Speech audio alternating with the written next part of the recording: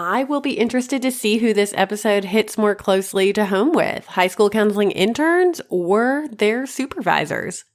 I'm certain that both groups will find value in this episode, so I'm excited that you're here and that you saw the title of this and you clicked on it to listen. Up front, I'm going to tell you that I will link resources for new high school counselors in the show notes, so whether you are new or you're an intern, you're an almost new high school counselor, or you know an almost new high school counselor, you can point them in the right direction with some resources that'll help them out. Being a supervisor to high school counseling interns was one of the best ways that I grew as a professional in this field. This episode will serve interns or new counselors coming into the field, but my hope is that it would also serve supervisors who are taking on the role of hosting those counseling students and leading them and giving them feedback. I hope that this would be an episode that would be perfect for you.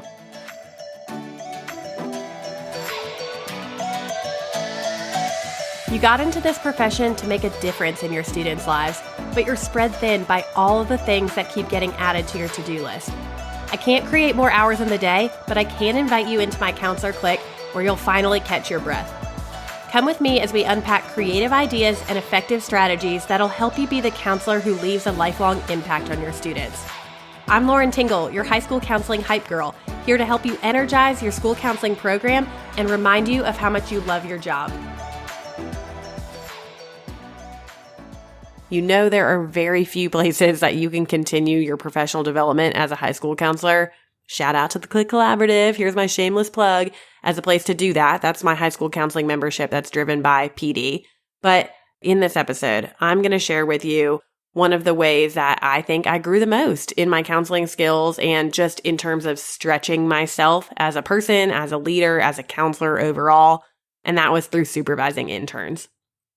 Think about it. Whether you had a meaningful or amazing internship experience or you did not and you had the opposite, you made it through, and you probably have some highs and lows to share about that. My internship experiences all grew me in different ways, and there was definitely an excitement there, like when I was in that moment, that did just help me float on the clouds all the way through those experiences. Yes, it was hard to hear the hard truths during those times and to actually get feedback and hear places that I needed to improve or things that I just wasn't really great at. Honestly, this was a good thing, though. I came out of those moments even knowing at the time that if it was hard, it was still good.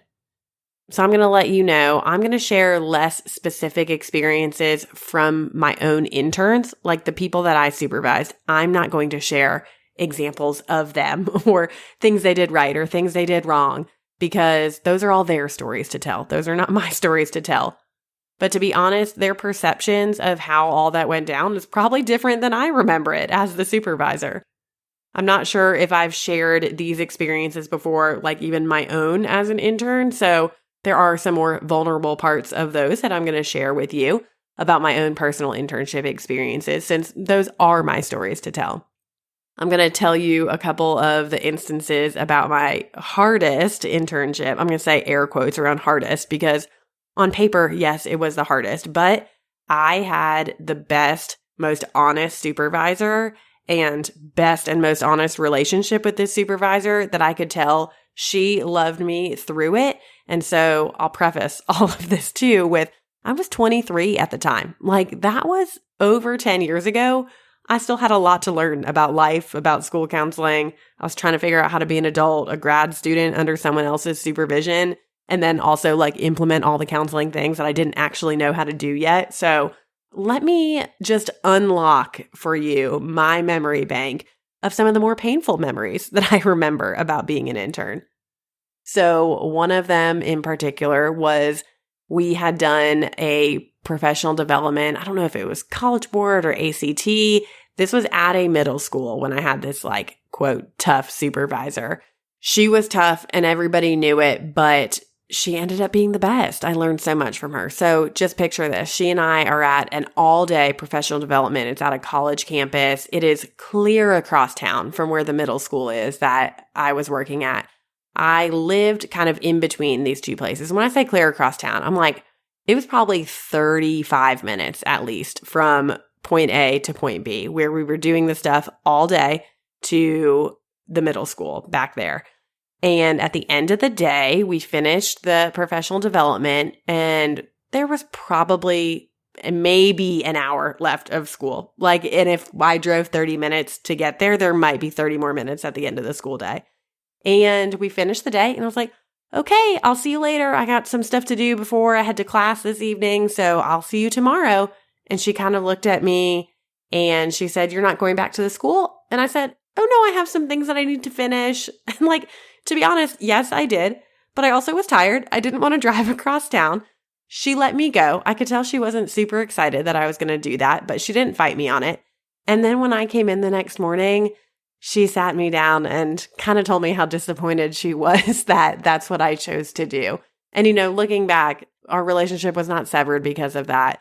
Nothing went wrong at the school because I did not come for the last 30 minutes of the day. I did not have anything I was responsible for when I got there. But I think she just wanted to hammer down that level of professionalism that we were going to act like this was my job. And if this was my true job, or what she interpreted that, she was going to go back to school, so she wanted me to go back as well. We did not ride together or anything, so I felt like I was an unpaid intern and I had the freedom to leave near the end of the day. So I don't know that I would take it back. I just know I was under someone else's authority at that point, and it felt kind of uncomfortable to get that feedback when I came in the next day. Another time I'm going to tell you that I remember that kind of made me cringe as an intern. I remember on an evaluation, as she's showing me what my scores were on things, one of the things, I guess, was my professionalism in the workplace or something. And she told me that I could dress more professionally. And I felt a little blindsided by that one. And I took it with a grain of salt because I did take pride in getting dressed for the day and feeling like I was dressed modestly, never inappropriate. I think she just wanted me to be more dressed up. And I would say this is going to vary based on people's preferences and their own styles and based on the school's culture. And, maybe that is even less of a big deal nowadays than it was 10 or 12 years ago. I would say don't be memorable here. And then that's a good sign. If you are not wearing things that are going to be cause for people talking about you or remembering what you wore, then you're probably going to be good. Of course, always err on the side of more professional and less provocative, but I would say I was never dressed in a provocative way or anything. I think we just had different styles. I don't know, but I remember feeling really uncomfortable that maybe I was not dressed in the way that she expected me to. So I will say that was a painful moment to remember, and to have that conversation with a supervisor felt really awkward. Okay, enough about my awkward moments as an intern. Now let's flip to the other side where I was a supervisor. I'm going to go through 4 key things that you should do as a supervisor when you're working with interns. And then with those, I'm going to share some specific examples of things I did when I was at supervisor and kind of what that taught me as a supervisor, what I walked away knowing or how I was better because of this situation, how it grew me. So number 1, give your intern flexibility and ownership over something or some things, more than one thing. When it comes to resources that they are using in the program, they're coming in and they're having to implement things and come up with things, approach what they use kind of from 3 different places, because I've seen this done a couple different ways, and I would say this would be a way to find success. Think about where they're getting their resources to do the things they're going to do in your school from 3 different places. 1, let them find their own resources. Let them do their own research, their own digging. Get on Pinterest, get in Facebook groups, get on TPT. Tell them to go wild and find their own resources. Number 2, let them come up with their own resources. If they're a creative person and they want to come up with the activities and the lesson plans, let them have some freedom to do that. And then number 3, let them use the resources that you use. If you have a lesson that you already use, let them take that and run with it or tweak it and be open to some feedback for that. They will most likely be floundering anyways. They're new to this job. They're panicked. They don't know what they should be using. I honestly think it would be really rude to tell them that you can't use anything that I've ever used. You don't want to share it with them, or also rude to say you can't go find something and bring it in and use it, because what else are they going to do? They just might be so paralyzed and not know what to do.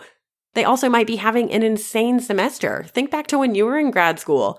You might have been juggling a part-time job to pay the bills because you were doing this unpaid internship during the day and paying for out-of-state tuition. Oh, wait, was that just me? No, I bet that was a lot of you. So you don't know what is going on in this person's personal life. Maybe they don't have time to be lesson planning outside of all of the other responsibilities they have right now in grad school. You understand that. You're in the same boat. You're not expected to create stuff from scratch every time in the real world as a real high school counselor. You get things from TPT. You borrow ideas from a colleague. You see a good idea online on YouTube or while you're reading the Ask a magazine, and you tweak it for you and your students. So why not give them the space to do that and do what they need with all the resources at their disposal? I think that is very realistic. So here's where you get to step in, though. Make sure they're not just falling into one of those umbrellas.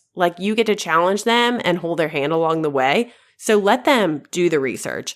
Let them be creative and let them be resourceful with what you already have. Make sure they're doing all three of those things and not just finding their way down one of those paths without using the other two. And here's how you as a supervisor will benefit from this. You get to hear about the new research that they found and how it can be used in a practical setting.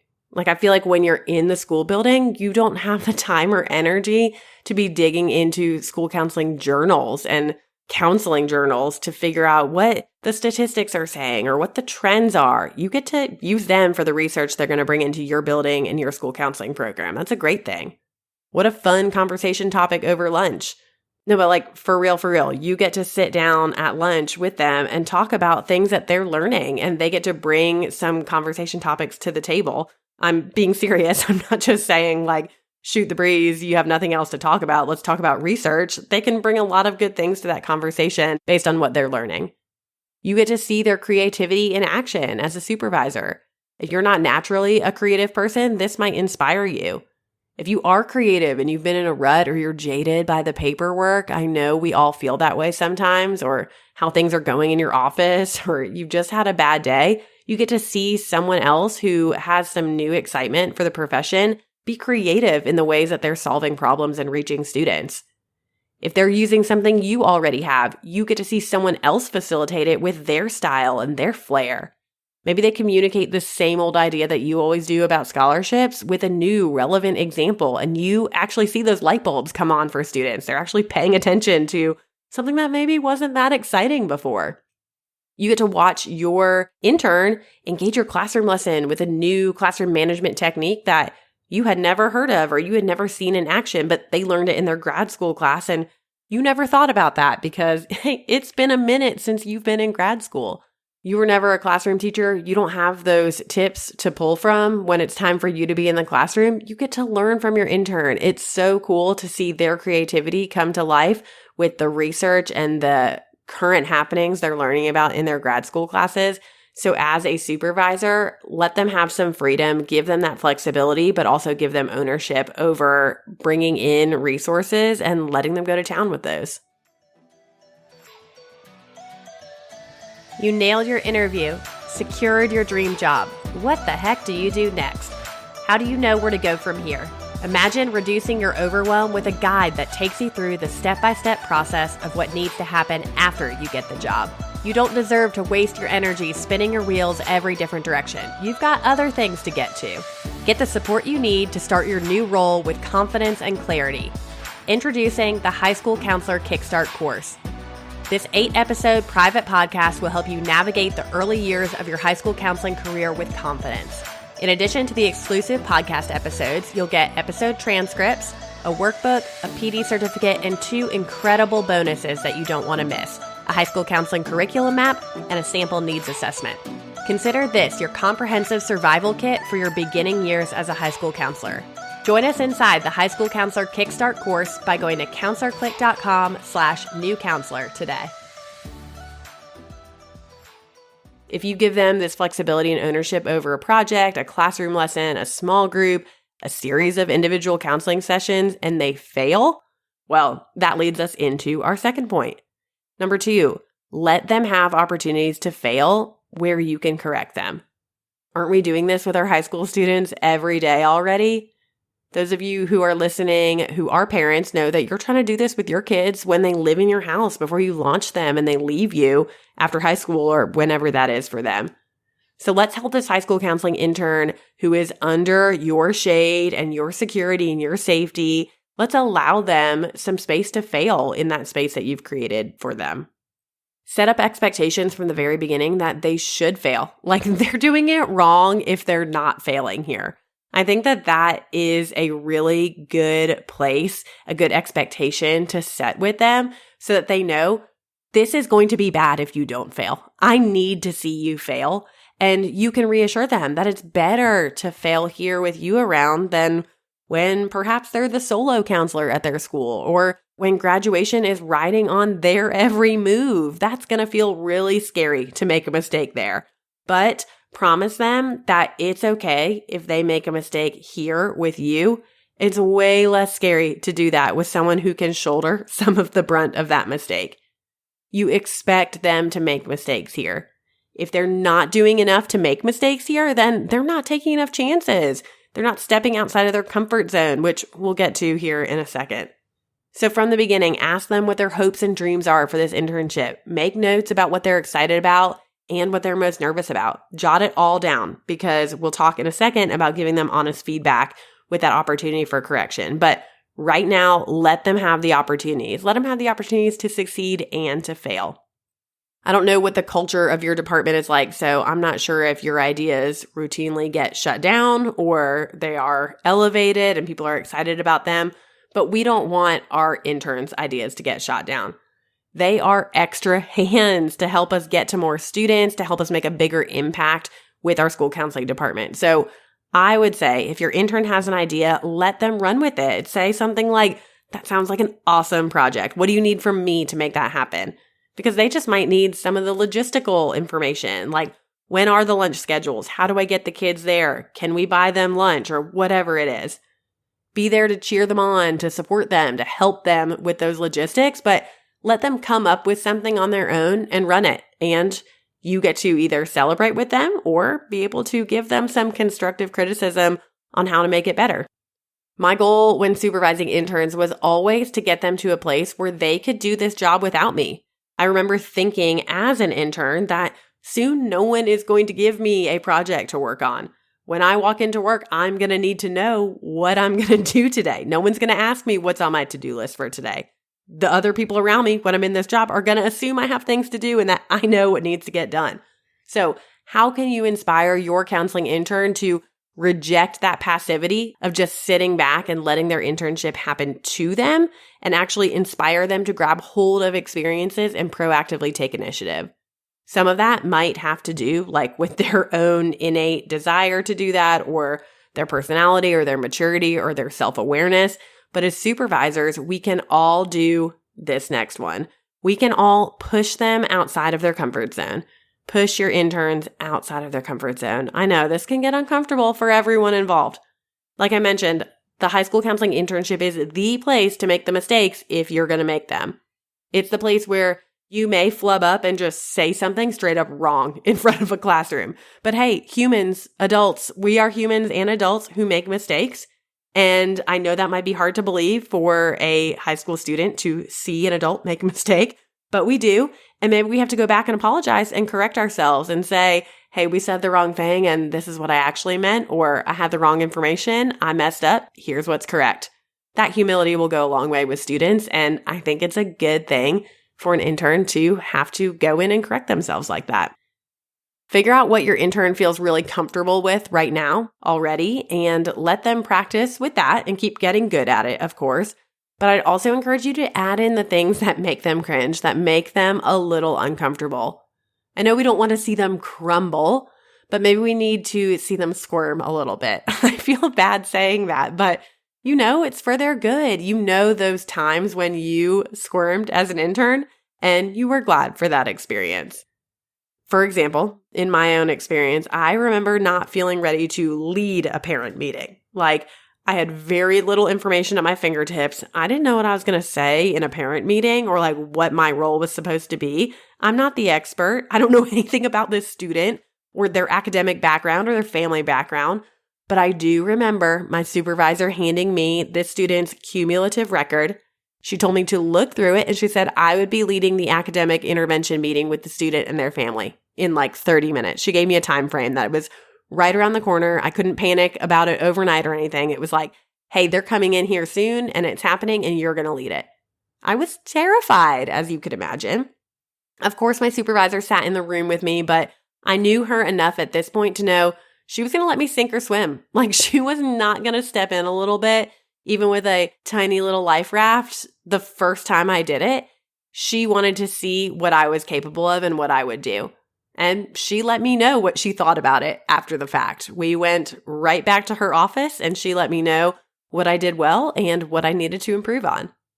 If you have an intern that's hesitant to take on this part or a particular part of a high school counseling role, you can gently just let them know that they will be getting feedback on this eventually. So let's just go ahead and start practicing it. I know as a high school counselor, I loved having an intern so that I could multiply myself and my time. So I didn't necessarily have the time to hold someone's hand through every single iteration while they built their confidence. I know that that would be a perfect world, but selfishly, like a reason that supervisors a lot of times take on interns is so they have more people to make a bigger impact in their school. So some of that honestly was like, hey, we got to be quick at this.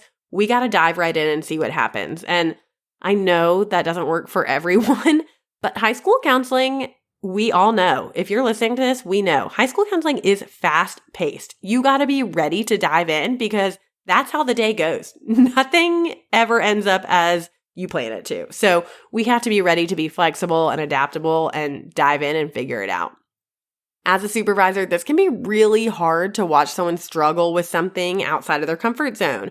I mean, it feels hard and even mean at times to do this for people. But if you're the intern, wouldn't you rather get that experience under your belt or even figure out this is really hard for me, I need to practice it, or this whole thing, being a high school counselor is really hard for me. I don't know that I want to do this. You gotta have those moments of introspection and self-reflective growth during this time of your internship as an intern because you won't take the time to do this as frequently when you're actually in the job. So use this time as an intern as a really special time to reflect and think about what you need to grow in and where you are currently growing. So as the supervisor, what if your intern is honestly struggling and you have to deliver some tough feedback to them? Here's my last bullet point for how to help high school counseling interns grow and the piece of the puzzle where I personally grew the most as a supervisor. Give honest feedback. Interns should hear the honest feedback from you first, not their university professor or, a supervisor higher up in their school counseling program. They need to hear that from you. You need to be talking about what they're doing well and what needs improvement all the time. Make it part of your relationship culture that you as a supervisor are going to constantly give them feedback and you're going to tell them what's going well.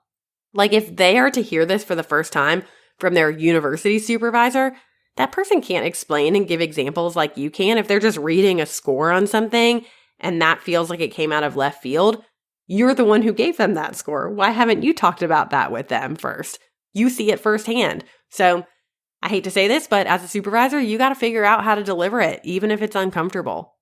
I personally have no problem being positive and finding the bright side of things, but when it's time to deliver some sort of criticism or something that needs improvement, we have to be able to say that clearly and to their face. So like not masking it so much that everything just feels so positive, because I think that can get misconstrued and we just gloss over what really we're trying to say and we miss the clarity there. So, of course, Brené Brown, everyone's favorite expert on vulnerability, says that being clear is kind. That is kind, to be direct and straightforward with someone, obviously in a loving way. But here's a technique that I would say would be helpful to incorporate if you are giving feedback to somebody, especially in the supervisor intern setting. So if you've ever heard of it, it's called Champion Challenge. So you sit down and you champion the things that they did well and you give them some challenges. And if this becomes part of the language and the rubric that you're going to go through, this gives you some clear communication points. And it's like, hey, we're always going to sit down and have a champion challenge about how that classroom lesson worked. And you as a supervisor, you can take this into your regular counseling team. Like, this does not just have to be with somebody who is under you who's not an actual counselor yet. I love using this with a whole team dynamic to figure out what we did well and what we need to improve on. I was recently just talking to a girl who is younger than me who said she's still working on her champion challenges. She feels that her challenges aren't always direct to these people that she is over, and she finds herself just wanting to stay friends with them. And then she wants to save face and maintain that relationship with them, even though she knows she needs to be a little more direct when she's giving those challenges. If you are having an intern from a college, you probably have some sort of rubric from the class because they are getting a grade for this internship. So make sure that you have that rubric to go through, and it'll probably come from the university, so it's going to be a little bit different for everybody. But my hope is that it would have some clear communication points and references for like how we're going to get a grade. So if it has like a 1 through 5 Likert scale for each of these things that they're getting rated on, start off from the beginning and say, no one is going to get all 5s. No one who comes in as a first-time intern is going to be perfect in any of these categories. Just go ahead and set that expectation no matter what that scale is. It just wouldn't be helpful to anyone. It would not be realistic to say that an intern was getting 5s on things. So I'm talking to the intern and the supervisor here in this comment. This honesty can be really hard in the moment. It can be hard to receive and it can be hard to give, but it's so beneficial in the long term. And I think this point is really difficult for most people. Like, this giving honest feedback idea that I saved to the end is going to be hard for most people, either to deliver it in a kind way. If you feel like you are a more direct and honest person who can do that, you want to be sure that you're delivering it in a way that's still kind and respectful and, gives like a landing pad for someone to make those mistakes that we talked about. And I imagine, especially with counselors, that this would be hard because we like having good relationships with people, and we kind of feel like we're in a peer relationship almost with this person because they're about to come be a counselor and they could be working alongside us and we're the one giving them feedback. I think sometimes we doubt ourselves, like, how are we really the expert? Do we really know how to give feedback here? If I was an intern, again, I would really try to toughen myself up and then ask for that hard feedback, because I didn't know this at the time, but once I actually got into a high school counseling role, I never got that anymore. So there was nothing ever like writing on any evaluations that I ever got. I mean, I guess unless I was horrible at my job, then someone would come and say they were evaluating me. But the hoops that I would have to jump through just to like have an evaluation, I'll be honest with you, I had assistant principals who had me write my own evaluation and then they just signed off on it. Like, that's what they told me to do. So, I mean, it felt like if I really wanted to actually get some feedback and hear how I was doing, I needed to seek that out from a place of someone who was watching me and knew what I was doing and was looking for best practices. If you're an intern truly hoping to learn and grow, open yourself up to this. Be humble, actively seek to improve, and ask for that feedback. Use your words and say that you want it. Prepare yourself to take it humbly, and then use the improvements that they give you and take those corrections, shake up how you do things next time. If you have concrete examples from your supervisor, use those, revisit those, and then you'll see your growth next time. And then same thing as a supervisor, when you're giving that feedback, give the examples and what they could have done better, and then it makes giving feedback the next time so much better. You get to celebrate their growth. And then as a supervisor, just in a person who was trying to grow and giving that feedback, I learned that practicing giving that feedback, it was really hard for me. Like, I really required practice in doing it. And like I said, I generally see the positive more often than not. So sometimes I was really having to dig deep for a challenge for that intern. But I knew with the champion challenge mindset, like, I was going to have one every time. I needed to think of something good and something that needed to improve every single time. I didn't want to hurt feelings. So my natural inclination was probably to rate the student, the intern, higher than maybe what I even really believed. So I had to train myself, especially just set the bar a little lower, I guess. Like, let them start with a lower score because I knew that naturally I would probably genuinely gravitate to giving them a higher score. But I want them to be able to like meet some high expectations and then grow and have higher ratings. I'd rather be too harsh at first and then ease up when I saw that they were growing and applying what they had learned. It's way easier to watch your intern grow than feel like they're not ready when it's time to send them out because I didn't allow them space to grow and I told them they were the best ever when they walked in the door. So to recap, the 4 places I think high school counselors can help their interns grow and in turn see professional growth in themselves when they're a supervisor in these ways. You can give your interns flexibility and ownership over some things. You can let your interns capitalize on opportunities and allow them to have some space to fail. As a supervisor, you can and should push your interns outside of their comfort zone. The internship is the prime time to allow them to do this. And then lastly, give them honest feedback. This might be the last true opportunity they get to have that feedback from someone who's in the field. It'll benefit both of you greatly. If you're anything like me, I benefited from receiving it and I benefited from having to give that feedback. So as I was recording this, I was just thinking, if you want more resources to point your interns to, especially with high school counseling, if that's the direction they see themselves going in, point them to this podcast playlist I have for new high school counselors. I've curated episodes specifically to be helpful for them in getting the job and then what to do as they get the job and what they should expect as a new high school counselor. So that new counselor playlist can be found at counselorclick.com/new counselor playlist. That one's easy to remember. And then if you've got an intern who has secured their job already, they're ready to head out into a new role and you're looking for a gift for them, of course I have a blog post that I can link that has gift ideas. But you could also consider getting them the High School Counselor Kickstart audio course. It's a roadmap packed with the practical tools they need to navigate those early years of the high school counseling career with confidence. So it would be the perfect gift for a new high school counselor in your life. That is at counselorclick.com/new counselor. Whether you're an incoming intern or you're about to host your first high school counseling intern or you've been a supervisor for 15 high school counseling interns, I hope this episode was a practical and direct way for you to come up with some ideas to help you navigate this internship landscape better. I'll see you next week. Thanks for listening to today's episode of High School Counseling Conversations. All the links I talked about today can be found in the show notes and also at counselorclick.com/podcast. Be sure to hit follow wherever you listen to your podcast so that you never miss a new episode. Connect with me over on Instagram. Feel free to send me a DM at counselorclick. That's CLIQUE. I'll see you next week.